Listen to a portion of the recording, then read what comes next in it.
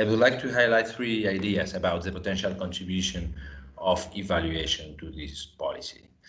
First of all, evaluation, like the Mind Before Act project, is about learning. It is about producing and sharing knowledge in a given policy area. Evaluation is a systematic method to study a project or practice in order to understand how well its goals are achieved. The purpose of policy evaluation is often to demonstrate impact and best value for money to funders and authorities in order to simply renew their financial or political support.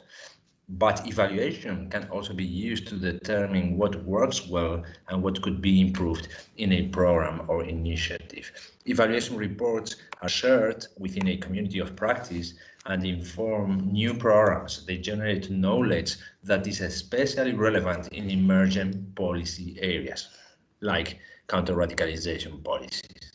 Secondly, evaluation helps policymakers to be explicit about policy logics.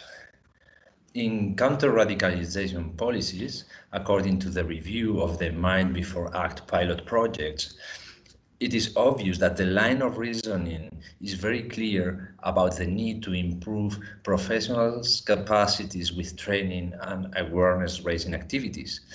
But by reviewing the performance of these programs, they could be more specific about how professionals should engage in identifying, preventing, or countering individual radicalization trajectories. Thirdly, evaluation provides standards for comparison of different programs.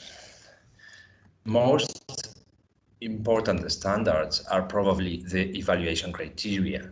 They allow for the assessment of all aspects of any policy measure in any area. The impact criterion, for instance, invites program managers to assess the longer-term effects of their programs and whether or not such effects are aligned to the program theory of change.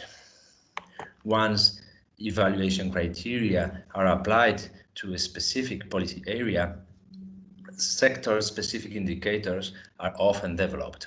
In counter-radicalization policies, the proliferation of evaluations will very likely result in the production of indicators that are very much needed, such as the number of radicalized individuals identified by professionals having followed the program under evaluation, or the percentage of radicalized individuals identified by trained professionals and following a disengagement trajectory. Radicalization is not a new phenomenon, but in the last decade, growing concern about its scale and speed has resulted in new measures, new approaches, and the involvement of new actors that do not belong to the traditional security sector. This is why evaluation can be very useful. It can support an emerging community of practice with reliable and comparable assessments of how well these new programs are actually working.